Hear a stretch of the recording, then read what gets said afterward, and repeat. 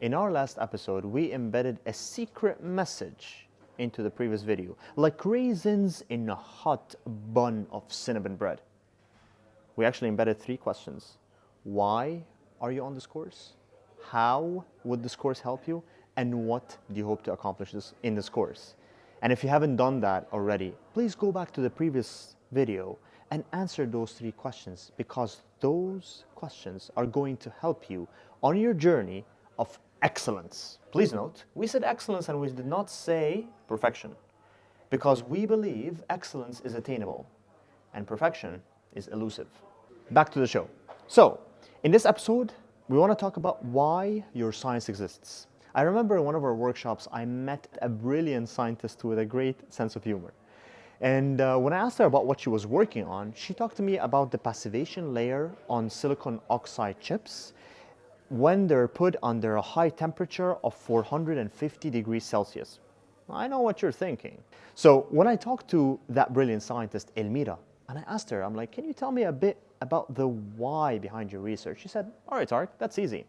So basically, in every device, whether it's a mobile phone, it's a laptop on your lap, or even a solar panel at your rooftop, trying to capture all those sun rays in the morning and converting them to electricity by night, they all use silicon chips. And the problem with those chips is that they have so many deformities. And I was like, deformities? She's like, okay, let me explain. If you grab an apple and you slice it up, the apple is white in the beginning and then it starts turning brown. I was like, yeah, I know that. And it doesn't taste as good. She's like, exactly.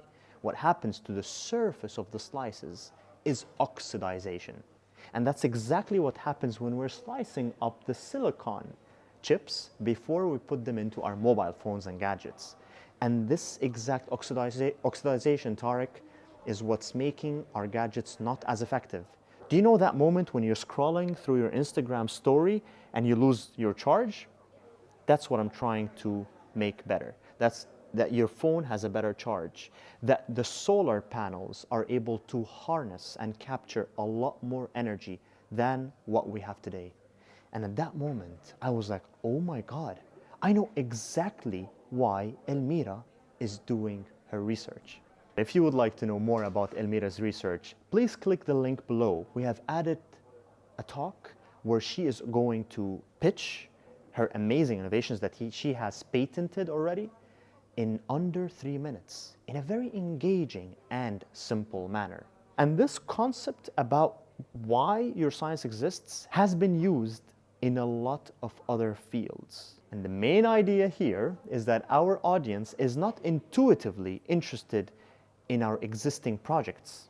Instead, they are interested in knowing why our projects have come to existence.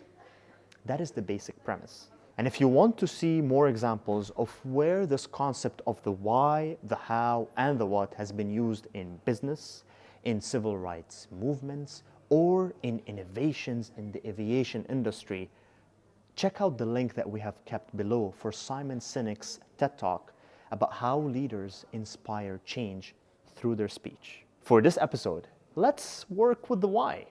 We have a fun exercise where we want you to tell us why your science has come to existence. Try to answer 2 questions.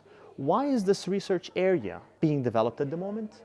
And why now? And see you guys in another episode of Communicating with Excellence.